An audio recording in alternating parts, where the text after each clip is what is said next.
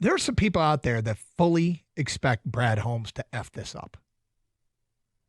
And are convinced that this isn't going to work. I'm looking at this. Here are some of the texts we've gotten. You either want to win or you fall in love with your own guys and will never win anything. Looks like we will choose to fall in love with our own guys. That's from an unnamed texter. You either want to win or you fall in love with your own guys. It's that binary, huh? It's one or the other. You can't possibly draft well, re-sign your own guys, and win.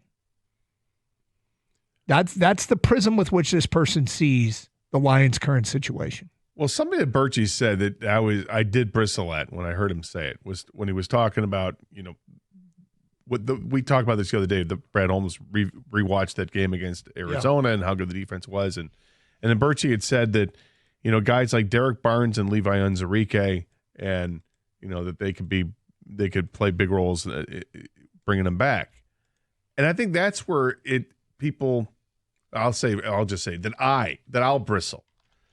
I like Derek Barnes. I don't mind bringing him back if it makes sense. But Onwuzurike, I'd rather not. And thinking of what the cost would be, and then you add the cost of Barnes, both of those guys, and they just freed up $2 million by releasing Jalen Reeves-Maybin. Is that? I'm sad about that. Yeah, I think we all are. He's a really good player, but injuries and whatnot have kind of slowed him down, and it comes a point that you're not going to pay the guy a ton of money when he's a special teams hero, which he is. He's a stud at that. But regardless, it's more money now that they freed up under the cap, and I would love to hear that they've moved on from some of the guys that they drafted to try to get better in make a bigger splash with one player. Does that mean Myles Garrett? No, because I don't. If I tend to think if Myles Garrett's going to get traded, that he's going to demand that he gets an extension from another team, and I don't think the Lions can extend that. But would it stop them from getting someone like in the Khalil Mack sweepstakes? I don't know what Khalil Mack is looking for in the open market. He just came off a monster 1-year deal with the Chargers, and he didn't have a great year. He got a bunch of pressures, but quarterback sack-wise, I think he ended up with 6 on the year. And I'm sorry, but that's not I'm not going to pay somebody $17 million a year to have 6 quarterback sacks. But does that number come down, and does it look more approachable if you're willing to move on from some of the guys that you did draft? Next text. Of course, Holmes is going to say, quote, this is a deep draft class at defensive end. He's saying this because he's not going to deal for a legitimate end. He's doing smartest guy in the room again, and it's going to backfire. He will not get an immediate impact player, and the D-line will be Hutch. I think we would all agree on this. If at the end of this offseason, if you get into training camp and a player like Myles Garrett, Max Crosby, Micah Parsons, Trey Hendrickson, those are the big 4. If those 4 guys are traded and the Lions don't have one of them, I think people are going to be pissed, and I think there's reason to be pissed. But I'm not sure if any of those guys are going to be available. There are rumors that they could be, but I'm not convinced that they will be. The only one I think that it will be moved is going to be Myles Garrett. He's made it abundantly clear he is not coming back to Cleveland. He doesn't want to play there, does not want an extension, wants to move on. And it would be really smart for Cleveland to go ahead and trade him. I don't think it's really smart of Cleveland to trade him today. I think they should let this thing build up a little bit and field all types of offers and do what's best for Cleveland. But the other 3 guys, I'm not convinced they're going to be available. What I find most interesting about these kinds of texts, and they're not unique, is the conviction with which these people think it's not going to work. I mean, they are convinced that what Brad Holmes has done and what he is going to do is not going to work. And I want, were these people at any point during the season last year, were they all looking at the Lions at any point, week 1, 2, 3, 4, 5, 6, 7? At no point they were convinced the Lions could win the Super Bowl last year. No point. Because they went from an extraordinarily strong Super Bowl resume to a significantly less strong Super Bowl resume with the people they were putting on the field. And they're going to be getting so many critical pieces back, and some guys are going to get hurt again.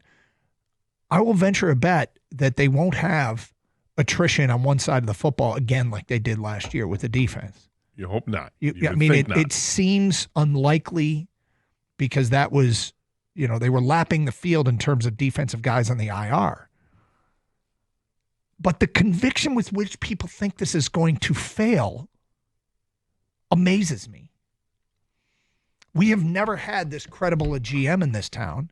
He's not perfect. There are mistakes. If they bring back Onwuzurike at any kind of price, I think that's a mistake. If Levi Onwuzurike signs a 1-year prove-it deal for less than $2 million, I'm like, okay, let's see what you got. Marcus Davenport didn't work out. Broderick Martin doesn't look like he was worth it at this point. Like, there's examples of some fails.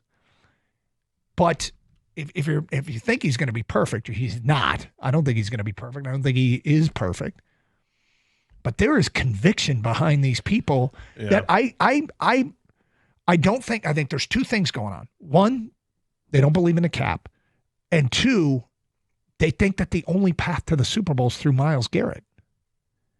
And you have to get Myles Garrett. The rest of the consequences of what it might cost you doesn't concern them. And I think that's easy to say until you see the players. Because here's what it would cost you. It would cost you players you're counting on next year because you can't afford them. Then it will also cost you the draft capital. And my guess is a reasonably high draft price. And you would need those picks to replace the players that you couldn't afford to re-sign. So I would love to see Myles Garrett be a Lion, but I think the cap's a real thing, and I think there are other paths to the Super Bowl. But there is conviction out there that there is not, and I find that to be narrow-sighted, and maybe I need somebody to explain it to me like I'm 4 years old. Well, maybe it's the cap thing, because I think the cap can work out for them, but not if they're going to look to sign to an extension. I think then you have to jettison other players. If you're going to trade for Myles Garrett, I think you can make it work with the cap. To keep him on through the rest of his contract, which is this year and next year. But that's a tough thing to do. And for a guy who's can get to free agency or can sign an extension with other teams and set the market, of course he should want to do it. So I don't think it's possible for the Lions to get Myles Garrett because I think Myles Garrett's going to want to get the big money and they can't afford to do it. So when Brad Holmes, all the stuff he had to say about bringing back their own guys, you don't think it's as big an issue as he made it sound? No, I don't. I think, again, because I'm just looking at Garrett for a 2-year thing. I'm not looking beyond that where you're really looking at pain. I think that you've got players that you don't have to give the money to, that they don't start getting paid for another couple of years. And if you're going to have to lose a player, I think it might be a player. Now, if he's talking about that he doesn't want to lose guys like Barnes and Onwuzurike, then I guess we're having a totally different discussion there. But why do you think he said what he said then? Which seemed to be a real intentional message he was sending. I don't think he wants to feed anything to the wolves. I don't think he wants to be part of the rumor mill or anything like that when it comes to the Lions are interested in Myles Garrett, and then just have that be a distraction.